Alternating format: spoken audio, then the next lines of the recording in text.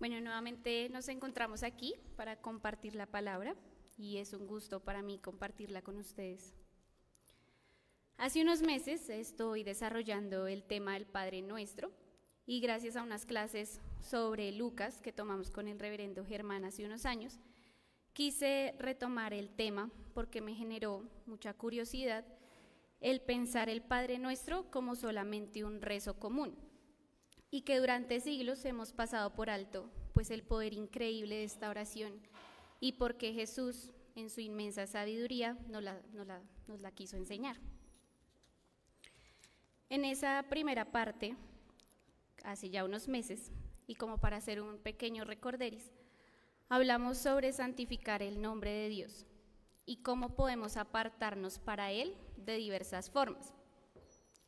Que lo importante en esta primera frase es reconocer que santificar a Dios es darle el valor que Él se merece en nuestro ser, en nuestro corazón. Ponerlo como prioridad aquí adentro y sobre todo reconocer que Dios, al ser espíritu, puede estar con nosotros en nuestro espíritu también. Por eso, repetimos esa vez, santificado sea tu nombre en mí, en mi corazón, en mi ser, en mi vida. ¿Y qué es realmente el Padre Nuestro? Pues es una oración, son peticiones que hace Jesús a Dios, deseos que Él quiere que se cumplan en todos nosotros, en todo el mundo. No solamente está escrito para un país o una región en particular o para un momento específico, son deseos claros de lo que Jesús deseaba para toda la humanidad. Por eso, siguiendo con el orden de esta oración, Jesús les enseña a sus discípulos, como lo leímos en Lucas, la siguiente frase: venga tu reino, hágase tu voluntad, como en el cielo, así también en la tierra. Esta es la segunda petición de Jesús a Dios, que el reino de Dios, que el reino de nuestro Padre, esté aquí, en la tierra. Que como se hacen las cosas en el cielo, se hagan aquí. Que las formas en las que vivamos, interactuamos, nos tratemos, trabajemos, nos relacionemos como humanidad, estén en completa sintonía y armonía con la voluntad de Dios. Y esto es un súper deseo, y Jesús confiaba plenamente en que se podía lograr. A eso dedicó su vida, a enseñarnos sobre el reino. Y pues usted como yo se preguntará, ¿y cómo es el reino de Dios? Pues Jesús tardó todo su ministerio explicándolo, yo no lo voy a hacer.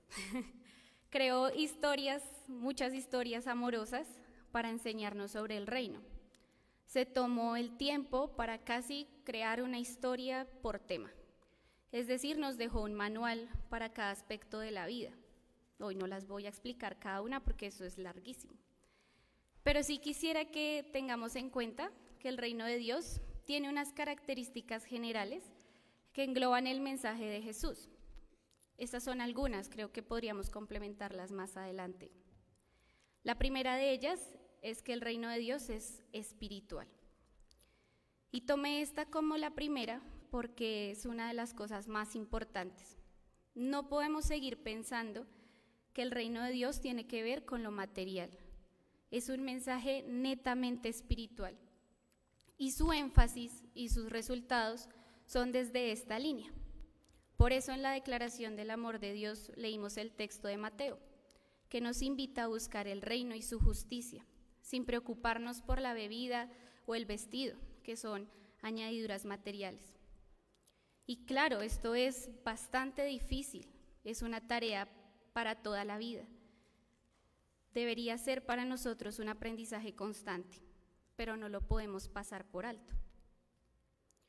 La segunda es que el reino de Dios es amor. Allí encontramos su esencia, la totalidad de Dios, que es por supuesto amor, grande, sublime, eterno, como dice el himno, demasiado perfecto y totalmente distinto al reino terrenal. La tercera es que en el reino no existe la subordinación ni los gobiernos. Al reinar el amor, se anulan totalmente las relaciones entre seres humanos que involucren el poder. Claramente, el poder desde la subordinación, donde unos son más que otros, o donde alguien manda y los otros obedecen, donde existen las injusticias y la explotación. Esto en el reino de Dios no existe, porque el único poder que impregna todo es el gran amor de Dios, y allí no necesitamos de mandatos ni gobiernos. Es un reino para la fraternidad entre hermanos, para vivir en armonía, en paz. Y la última que tome en cuenta es que el reino es una forma clara de ser y de actuar. Jesús nos los cuenta en diferentes historias. Cada personaje tiene una forma clara para ser y para actuar. No es solamente una idea, tiene un campo práctico, y es que reconoce que quienes construimos el reino somos nosotros, en espacios tanto individuales como colectivos. Por eso, primero pusimos a Dios en nuestro corazón, lo santificamos en nosotros, y así tenemos claro cómo ser y qué hacer como seres humanos. Así podemos vivir la experiencia del reino en el día a día. Y usted como yo podrá decir, pero pues eso es muy utópico, ¿no? Suena como a una película de ficción.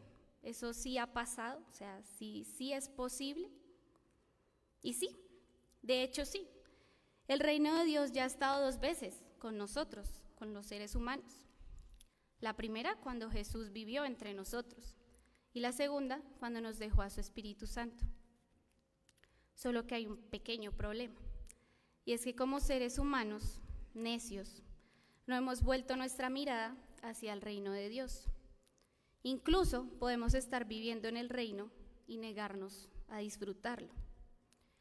Es como si usted tuviese un plato de comida ahí, su comida favorita al frente, y se niega a comer porque está lleno, o porque ya no quiere, porque está frío, o porque le encontró algún pero, o porque se enojó en ese momento con quien lo preparó y ya no lo desea, aunque usted sabe que le gusta mucho y que lo haría muy feliz comerse ese plato. Y sí, el reino de Dios ha estado con nosotros aquí en la tierra, pero como seres humanos no lo hemos disfrutado. Pipe desarrolló un poco hace 8 días la parábola del hijo pródigo, donde el hermano mayor, estando bajo la voluntad de su padre en su reino de amor, no quiso disfrutar de él porque se entregó a la envidia.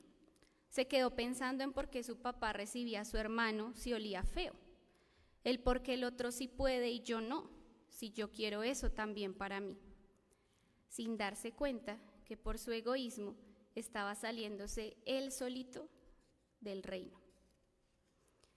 Y eso nos pasa como seres humanos, nos sentimos más cómodos y a gusto con el reino terrenal. Pensamos que así tienen que ser las cosas, que la ley del más fuerte es pues lo que debe ganar. Y nos entregamos a un montón de sentimientos que causan daño, sacando a Dios de nuestro corazón y rellenándolo de la codicia, del miedo, de la desconfianza, del odio, del poder, de la envidia, etc. Nosotros mismos negamos el reino de Dios porque no queremos amar, aún teniendo la posibilidad. Y bien, entonces, ¿qué hacemos? ¿Cómo hacemos que el reino de Dios venga? Y quiero proponerles un par de cosas que podemos hacer en nuestro día a día. Y pues que claramente ustedes y yo podemos revisarlas y hacer crecer esa lista. La primera es orar bien, ¿sí? Ser conscientes de la oración, esa oración tan completa que nos enseñó Jesús, y es darle el valor que se merece. Cada domingo aquí nosotros recordamos estas frases, pero es importante brindarle un espacio en nuestra mente y corazón, hacer conciencia de lo que decimos y sobre todo hacer práctica mi oración, es decir, actuar de acuerdo a lo que estoy diciendo. Eso inicia en la conciencia y continúa en los actos. La segunda es acercarme a Dios y a su Espíritu. Es tener claro que queremos estar cerca de Él, aprender, escuchar desde nuestro espíritu, haciendo énfasis en lo que permanece y no en lo que perece. Entender que esta es una tarea para toda la vida y que podemos buscar el reino y su justicia. La tercera es amar permanentemente. No cansarse de hacer el bien, no cansarse de hacer lo bueno.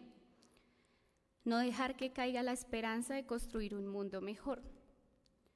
Y es que amar es una decisión que nos permite disfrutar del reino, sin negarme la posibilidad de ayudar a otros, de perdonarlos, de sanar, de alegrarme con sus éxitos, de crecer en humildad, entre muchas otras cosas. Y es difícil porque tenemos que hacernos un poco de los oídos sordos ante el mundo, porque generalmente se burlan de aquellos que aman, porque parece que amar es de bobitos, digo yo a los niños, de flojitos, ¿sí? El valiente es el que es fuerte y que se atreve, pero amar implica una valentía y un peso mayor, porque nos permite dejar de lado los sentimientos dañinos y seguir. Nos permite ser menos humanos y más espirituales. Y la cuarta cosa que podemos hacer es enseñarle a los niños y a las niñas sobre el reino. Es la oportunidad que tenemos como humanidad para hacer las cosas bien. Y es mostrarle a la niñez que el mundo puede cambiar.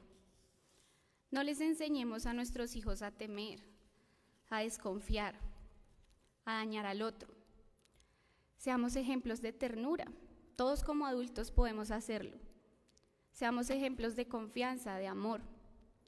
Solo de esta forma iniciaremos un mundo nuevo. Y bien, hermanos, para ir cerrando, quiero hacer como un resumen.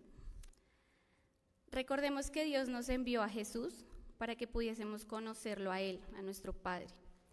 Y Jesús, en su infinita sabiduría, nos enseñó a orar. Quiere que los anhelos de nuestro corazón estén conectados con su voluntad, que simplemente es el mismo amor. Animémonos a reconocer que el reino de Dios es espiritual, que en él brilla el amor de Dios y su esencia, que allí no encontramos gobiernos, ni mandatos, ni explotación, ni injusticias, porque el único poder válido es el amor, que nos invita a la fraternidad, a la paz, a la esperanza, a seguir construyendo en comunidad. Sigamos confiando que es posible vivir en el reino de Dios. No nos neguemos la oportunidad de amar. Pongamos a Dios en nuestro corazón y Él nos ayudará a dejar de lado lo material, el egoísmo, la rabia, el miedo y demás sentimientos que no nos permiten vivir la experiencia del reino.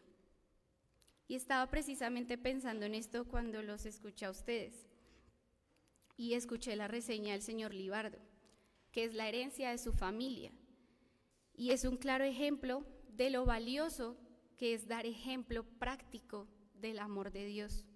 O sea, sí podemos vivir el reino de Dios, y ese es un ejemplo de ustedes. Animémonos, sé que lo podemos lograr.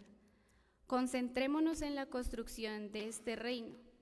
Permitamos que nuestros niños y niñas vean lo bueno en nosotros, que podamos como adultos enseñarles a amar, a confiar y a servir.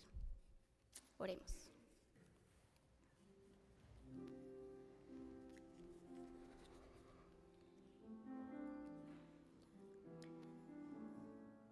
Señor, gracias por amarnos como lo haces, por estar con nosotros y brindarnos tu reino. Queremos ser conscientes de lo importante que eres para nuestra vida. Padre nuestro, que venga a nosotros tu reino, que tu voluntad de amor se cumpla en nuestras vidas. Estamos dispuestos a seguir caminando de tu mano, a escucharte atentamente y amar a nuestro prójimo como tú nos amas.